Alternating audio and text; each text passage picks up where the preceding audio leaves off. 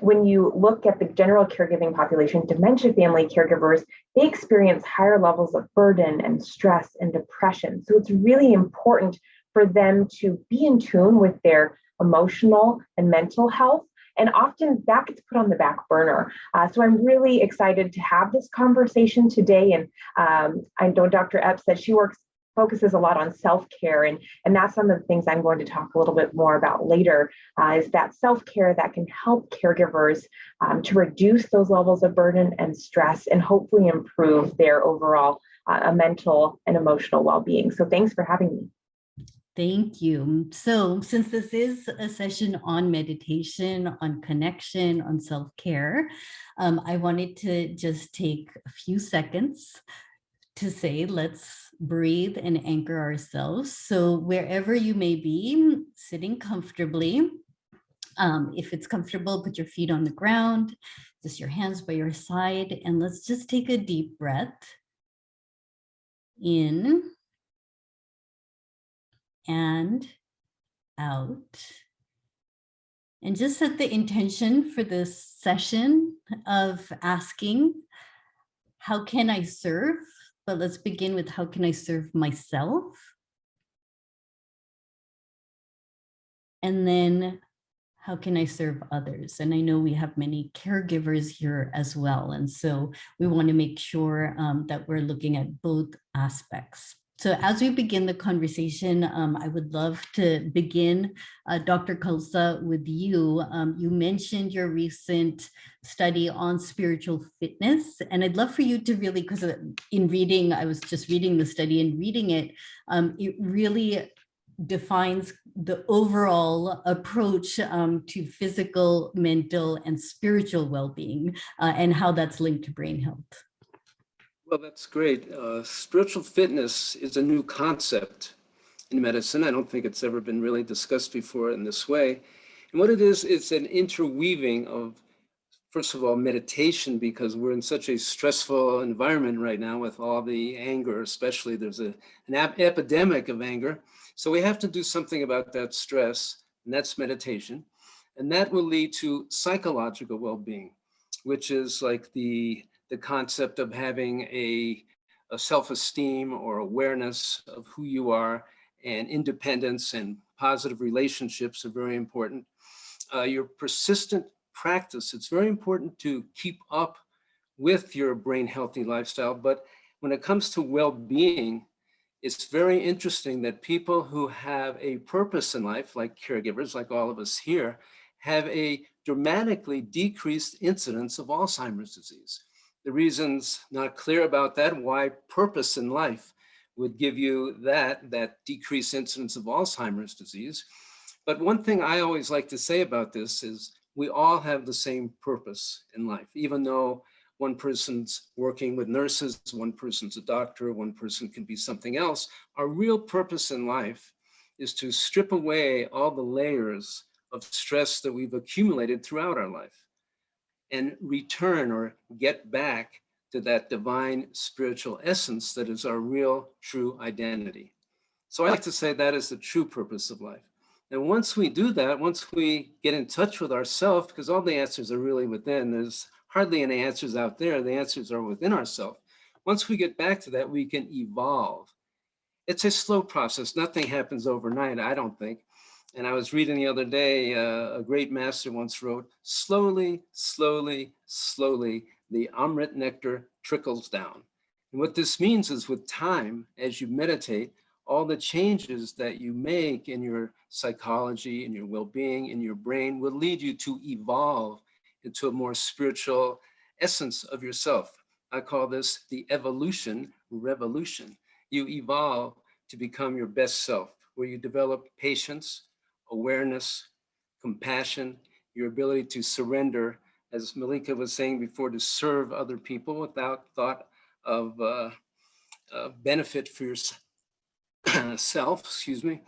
And that is really the concept of spiritual fitness in a nutshell, ending with peace of mind, because we certainly need peace of mind today. If we can develop peace of mind, maybe we can bring that outside of ourselves so we can influence some way the environment.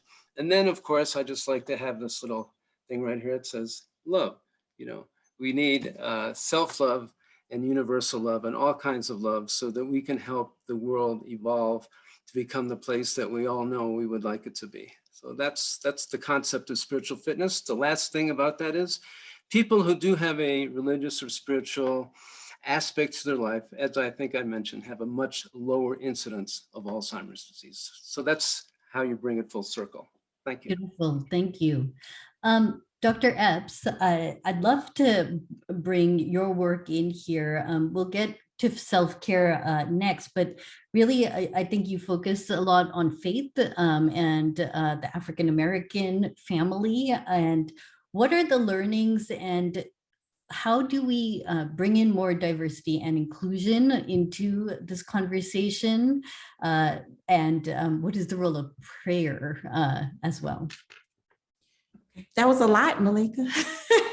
It was a lot. So I'm hoping you can pull it together. Let's see how good I am, So I have to piggyback off of the love. I think the basis of my work and my research is self-love and just love for others. And when I work with faith leaders, that is the foundation of our conversation is love. This is what we need to do. I have several programs. I have one program where I partner with Black churches to start them on their dementia-friendly journeys called the Altar Program. And basically that is us bringing awareness into this community because we know that African Americans are disproportionately impacted by Alzheimer's disease. And there's several reasons for that the literature says.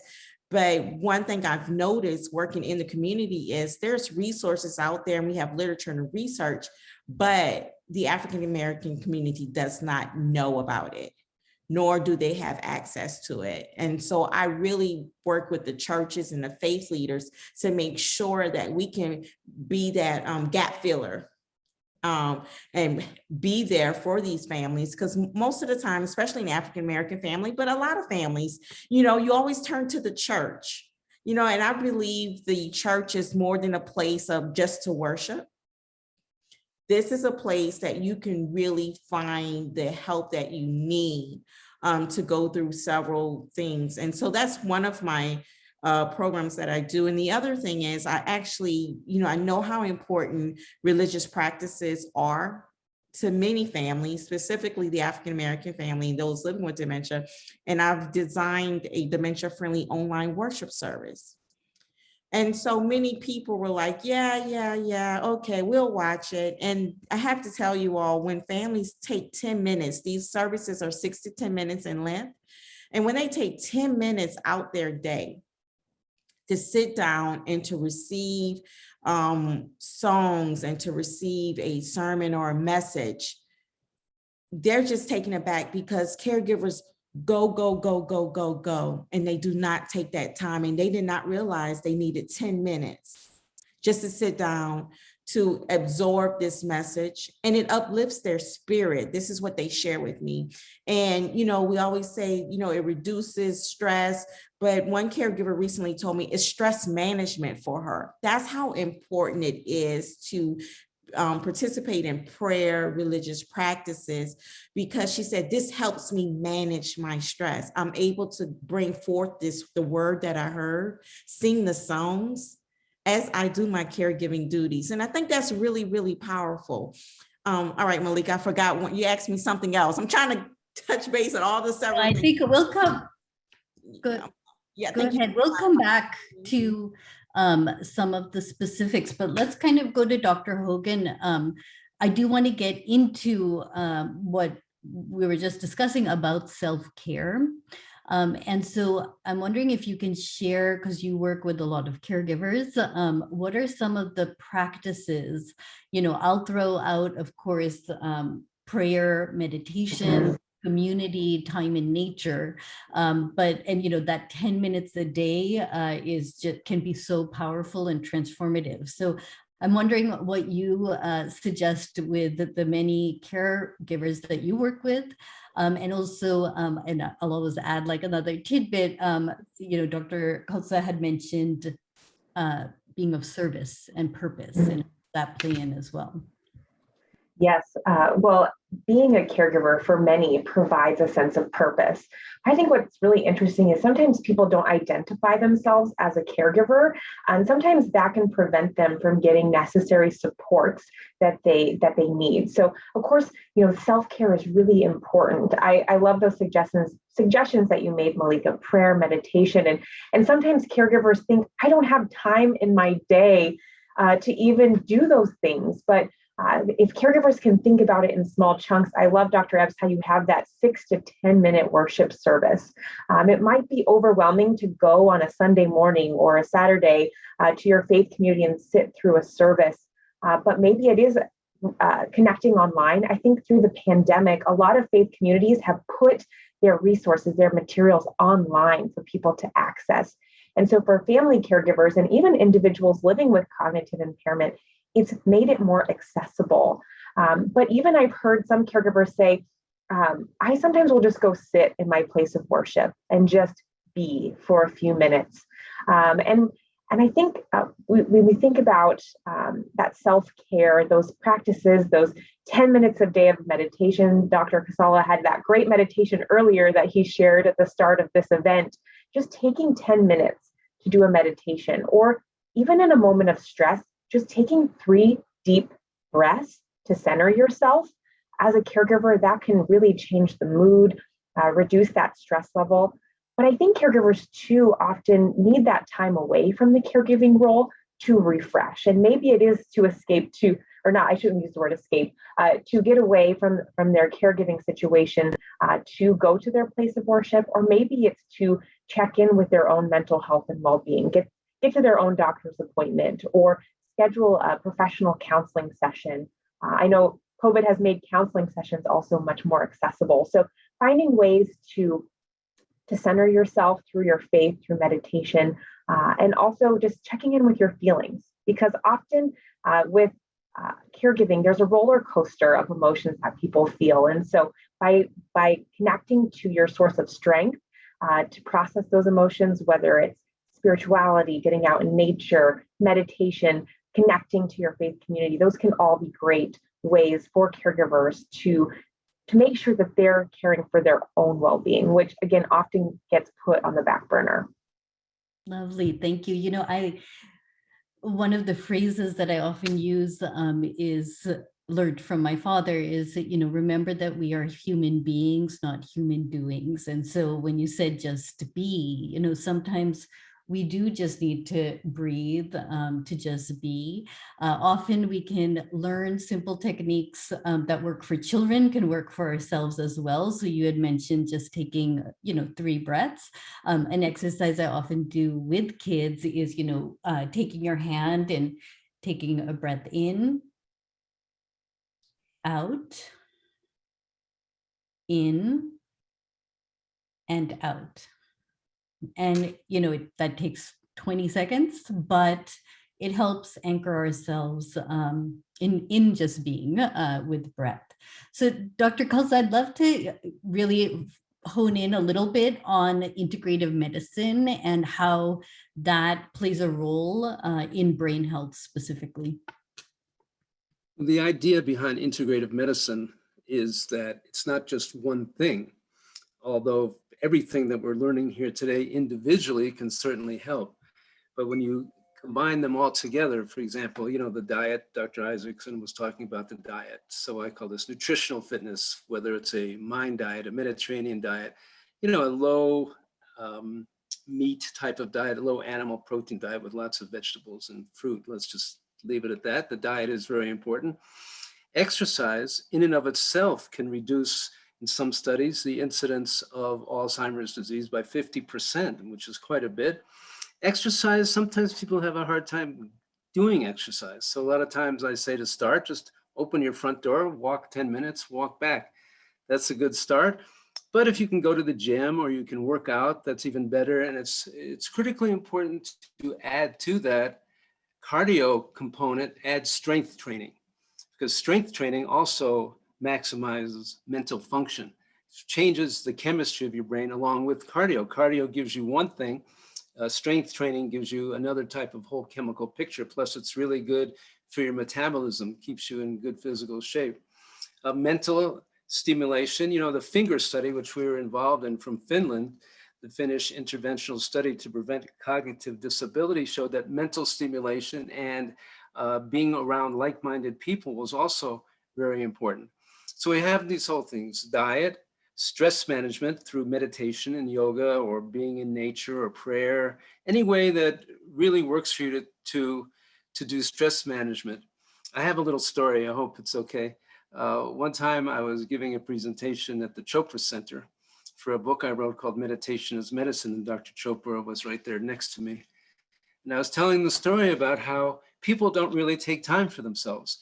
They get up in the morning, you know, they have their coffee, they turn on CNN, whatever it is, and then they go out and they go back on the freeway and they go round and round and round. And then Dr. Chopra said, until they die. And you know, that's the key point, is so many people today, especially today, don't take time for themselves. I call this the return of the turtle, because remember, the rabbit or the hare ran real fast and lost the race. The turtle went slowly and won the race. So if we want to win the race of brain longevity, it's really important to take the time to, as Dr. Isaacson was saying, to learn what makes up an integrative medical program: the diet, the stress management, the mental training, the physical exercise, the spirituality, the whole thing, and try to find a way to make that a priority, because this should be your priority. I mean, work is important, but your health should be number one, and it must be number one.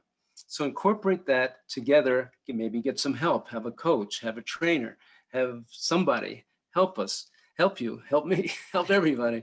And we'll find that that is really how integrative medicine works. It's integrative, and it helps a person build a very strong brain so they can prevent Alzheimer's disease.